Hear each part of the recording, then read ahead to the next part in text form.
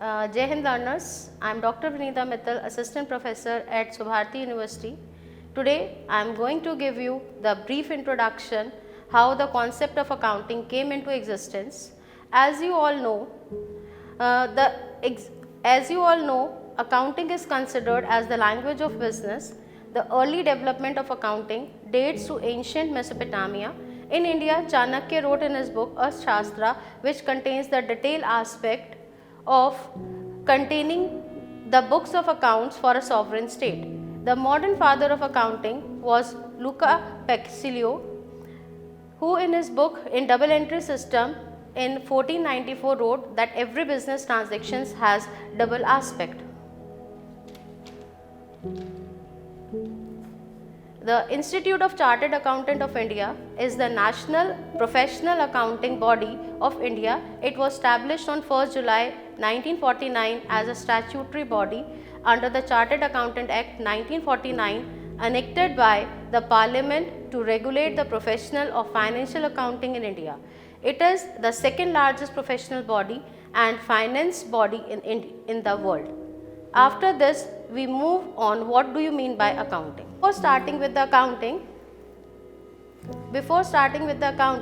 in this unit we are going to learn certain objectives: financial accounting, nature and scope, limitation of financial accounting, basic concepts and conventions of accounting, accounting standards, accounting process.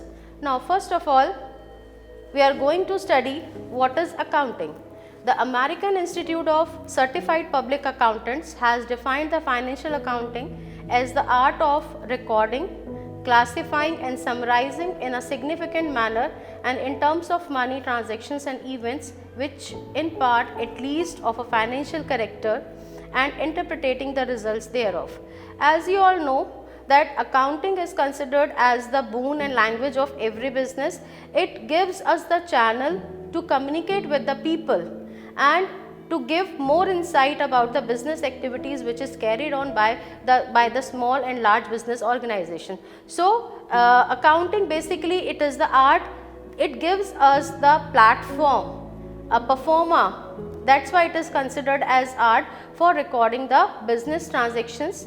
Then it has to classify those business transactions under different heads and summarized in a significant manner so that the person who is studying the financial statements can derive the meaning out of that what this business contains. Now next, the scope and objective of accounting: to keep systematic records, to protect business properties, to ascertain the operational profit or loss, to ascertain the financial position of the business, to facilitate rational decision making and provide important information to the related users of accounting. Now, first of all, systematic records, because accounting provides us the format, the system in which we have to record our business transactions as they occur in a sequential manner. Now, with the help of that, business is able to know what are their assets and liabilities. At the end of every financial years, the business is able to derive what is their profit or loss, and they are able to know their financial positions with the help of business, financial position of the business with the help of balance sheet, which tells the financial soundness of the business, and to facilitate the management to take the rational decisions and communicate that decisions to the different internal as well as external users of accounting. Now next we have to discuss what is the nature of accounting. Now basically accounting is a process, accounting is an art, accounting is means and not an end. Accounting deals with financial information and transactions. Accounting is an information system. Now in this case, accounting is a process. Basically accounting has given a certain process which has to be followed, which we are going to discuss in the upcoming sessions. That a sequential order has been followed, that if a business transactions has occurred, then the first book it has to be entered in the journal book, then it passed on to the ledger book, then we have to make a summary in a trial balance, and after that we have to prepare at the end of accounting period a financial statements in the form of profit and loss account and balance sheet. Now the question arises whether accounting is an art or a science. Basically, accounting is a social science. It may be both art and science, because as an art it gives us a systematic way to show the accounting procedures, and as in science there are certain generally accepted accounting principles on the basis of which we can record the business transactions and which are applicable everywhere in the world. Okay. Next is accounting is means not an end. Accounting just provide us the information how the business is going, what are its future prospects, whether this business sustain for a longer period of time, but it is not an end itself. We cannot say that the business will not grow after a certain level of stage. It just provide us the informations to make investment in the different criteria, different avenues of the business to be associated with different business organizations. Now, accounting deals with financial information and transactions. So, all the transactions which are expressed in monetary terms are shown in accounting, and it provides an information system to the users of accounting. Basically, there are two different types of users of accounting. One is internal user of accounting and second is external user of accounting. So, internal user of accounting comprises the management and employees of the organization, whereas external users of accounting comprises government, banking and financial institutions, research scholars, creditors and etc. other parties who are associated with the business organization. Now, next, moving on to the topic limitations of financial accounting. Financial accounting permits alternative treatments. Let's take this statement in detail. Now, there are certain methods of treating the accounting methods. Let's take an example of depreciation. Now, there are certain methods which has been given by accounting to record the depreciation value of the assets in books of accounts. So, we can choose any one of the method to record our financial transactions or value of depreciation, which differs from one organization to another organization. Financial accounting is influenced by personal judgment. Sometimes personal bias is also reflected while preparing the financial statements, which does not give the true and fair picture of the organization. Financial accounting ignores important non-monetary information. Sometimes the information which is very important from the business aspect but does not have any monetary value, it will not be highlighted in the books of accounts. So, only monetary values has been taken into consideration, so it will become one of the important limitations of accounting. Financial accounting does not provide timely information. So, sometimes there is a gap between the presentations and preparing of financial statements to the external users. So, sometimes it lags that period of time, which makes the data unusable after a certain period of time. Financial accounting does not provide detailed analysis. Only we have to know the profit and loss or a financial position at the end of every financial year. It will not give us the comparative analysis of each and every cost items which has been shown under these heads. Financial accounting does not disclose the present value of the business. Financial accounting basically determines on the monetary aspects or the transactions incurred during a particular period of time, but it does not discloses the present value of the business. Now, moving on to the next topic. Now, there are certain generally accepted accounting principles and conventions which are applicable all over the world, where anywhere in the world we can use these accounting concepts and principles for recording our business transactions. First of all, our cost principle. Now, cost principle states that we have to record all the expenses which is incurred during a financial period, and it should be recorded in the profit and loss account to know the profit or loss sustained during a particular period of time by incurring a certain expenses. Now, next is the business entity principle. Now, business entity principle states that the business and the owner of the business are entirely two different persons. As per accounting concepts are concerned, they will not treat business and the business owner as one and the same person.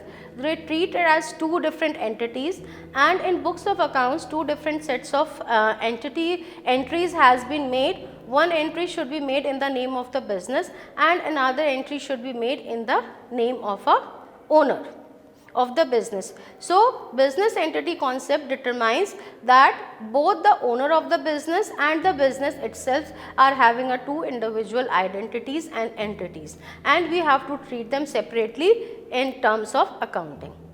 Now, next, moving on to the next topic, continuity of business.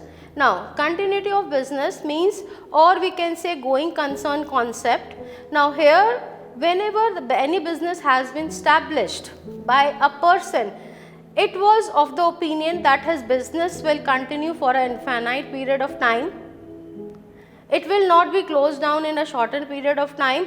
So, till this world exists, the business will continue. So, that is the concept of continuity of the business unit, that once the business unit has been established, it has been established with the objective and a motive of the growth, prosperity till the infinite number of years. Next, unit of measurement. Now, the another aspect of this, any transactions and event which are expressed in financial terms or in monetary terms has to be recorded in the books of accounts. Any transactions which does not have any monetary value, it should not be shown or highlighted in the financial statements. Only things which has been expressed during the financial period, which starts from 1st April and ends on 31st March. So, all the business transactions which have incurred in financial terms has to be recorded in books of accounts which have a certain monetary value. Now, next, objective evidence. Now, this is the convention. Now, here whatever we are recording in our books of accounts, they have a certain objective, that in a court of law, all these are books of accounts are considered as the objective evidence, that whatever we have shown in our books of accounts, that should be true and fair to our knowledge, and we can present them as an evidence in the court of law if any case or suit has been filed against the company by any creditors of the company or any third party. So, they are considered as the evidence books for business organization. Next, full disclosure. Now, it is based on the assumption that whatever the transactions and events which are occurring during a particular period of time, it should be fully disclosed by the organization, and according to them, each and every transactions has the true and fair meaning, which gives the true picture of the organizations, and its financial status should be fully disclosed by their financial statement, profit and loss account and balance sheet. Now, next we are going to discuss consistency. Now, as the word consistency means continuity. Now, whenever we are using accounting principles and concepts, there are different methods which has been provided by the accountancy. For say, let's say example, valuation of stock. Now, there are different methods for valuation of stock, just like LIFO, FIFO, HIFO, weighted average method, but it's the moral duty and responsibility of the organizations to adopt one method which should be used in consistent or continuous manner, so that it will give the true and fair view, disclose each and every aspect of the accounting. It will not mislead the transactions and data and information to the management as well as external parties. So, there should be a consistency. Let us take one example. If say in the month of January we have used FIFO method, first in first out method, means whatever the stock we are receiving first, we are reissuing that stock for the first time. In the second month of February, we are using LIFO method, last in first out, means whatever the raw material we are getting at the last, we are issuing at the first. This will mismatch our data. This will not give us the correct valuation of stock available in the organization. So, therefore, the consistency should be maintained while picking up any method of presentation of any items in books of account. Now, moving on to the next part, matching concept. Now, the next important aspect, that at the end of every financial year, we have to prepare our financial statements, profit and loss account and balance sheet. Now, it's the responsibility and objective of the of financial accounting, so that we can match our cost and revenue, that how much cost we have incurred to generate this much amount of revenue. Now, that matching should be there, and it should be kept in mind that the matching principles gives us that at that particular period of time what is our cost and what amount of revenue or profit we have earned out of that. Now, moving on to the next, conservatism concept, or we can say the concept of prudence. So, this concept basically is based on the assumption that the business organization always takes into consideration all the negative aspects, all the losses of the business which they have to be incurred in future, because future is uncertain, unpredictable, instead of considering whatever they are going to get in near future in terms of profit. So, it is a conservatism concept which gives them that the organization should play a safe game, that they should highlight it there what should be the expected risk and losses in the future instead of expected gains in future. Now, moving on to the next part, materiality concept.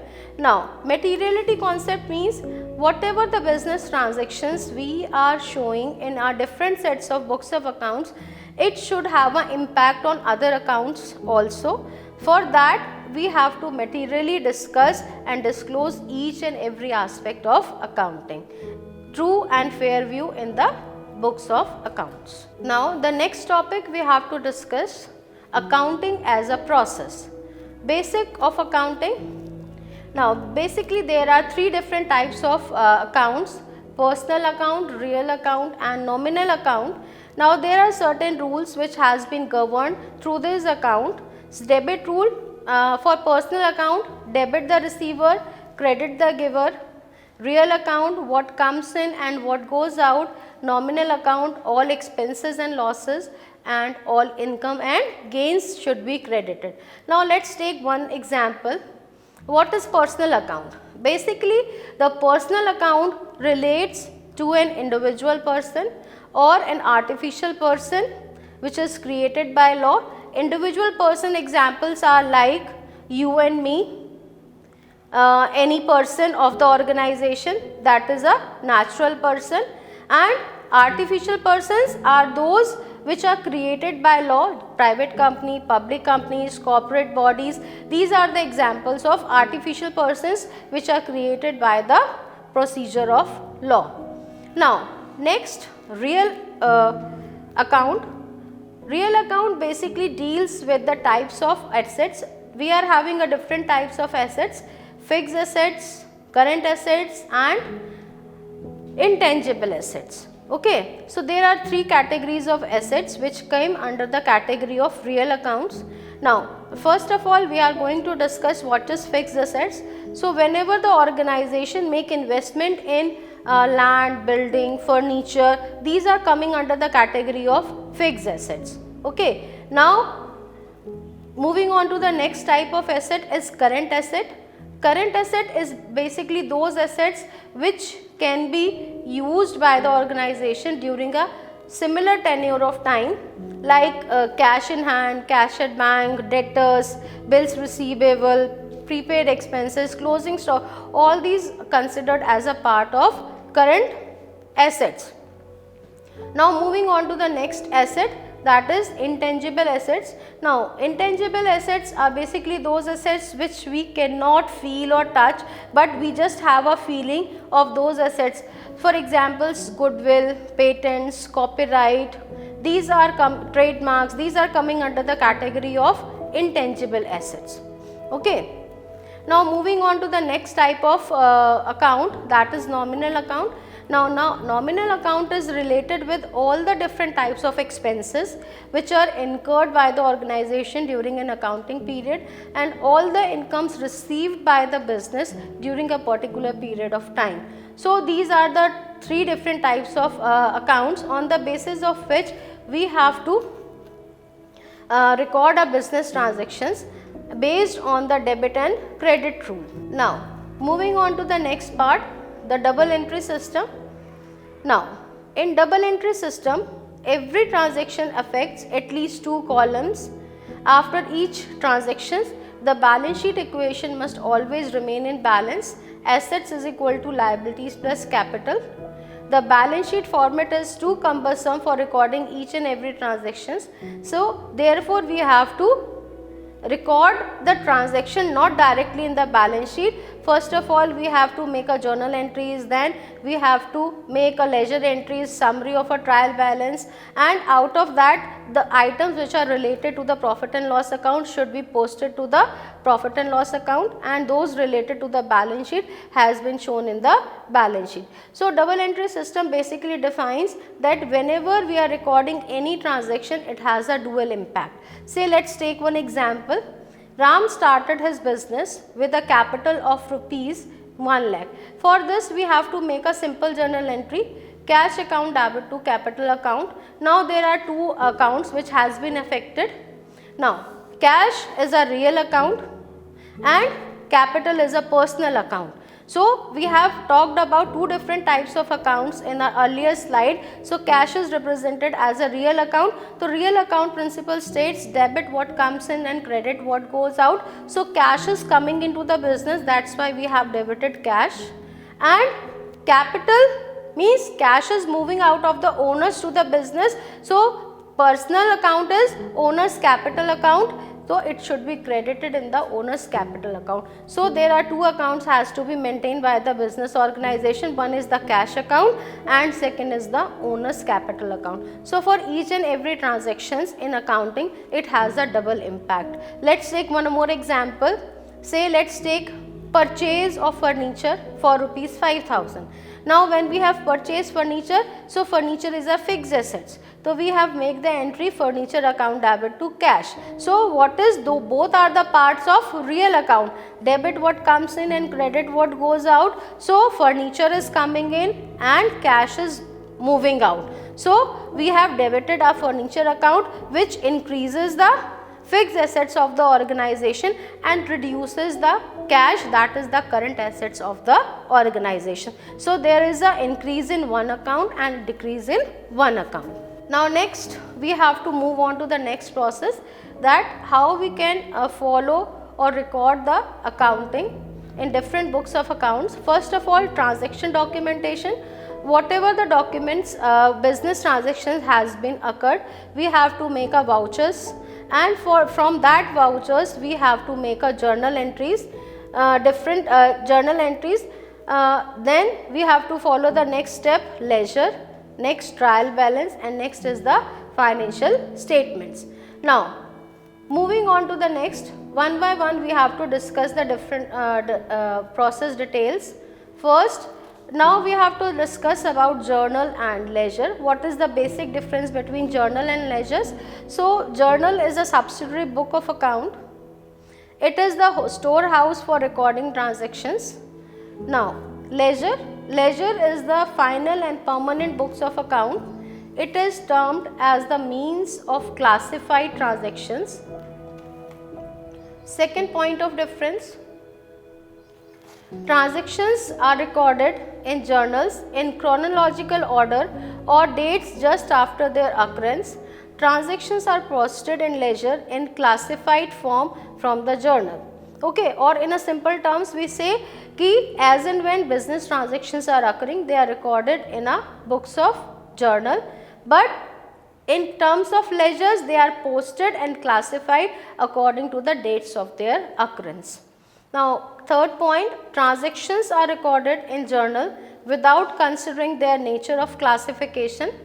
Transactions are recorded in ledger in the classified form under respective heads of accounts. Say, let us take an example. In books of journal, we have to record any transaction, whether it is related to cash, expenses, purchase or sales. As the transactions occur, we are recording those transactions in the journal.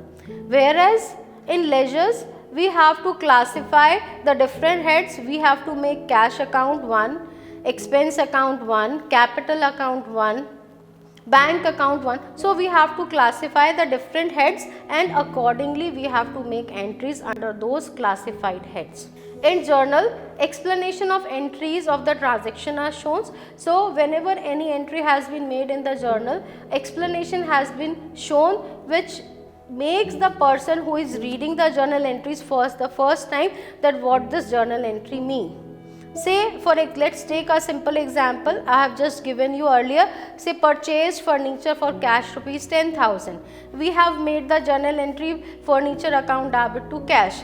Now we have to give the narration for that being furniture purchased for cash, which shows that this journal entry has been made for the purchasing of furniture. Now in ledger, no entries, no explanation has been needed because we have made those entries in the specified books of account which are specified to cash and furniture account.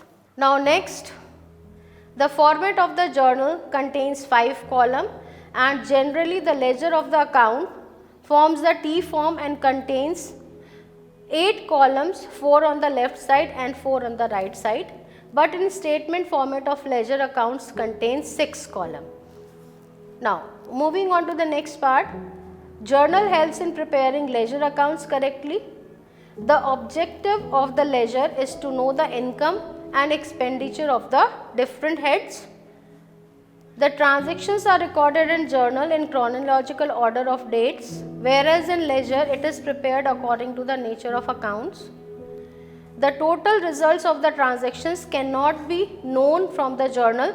We cannot say that the total cash received and total payment made by the organization is this much with the help of journal. But with the help of ledger we can know what is the total balance of cash available with the organization and how much payment we have made out of the cash.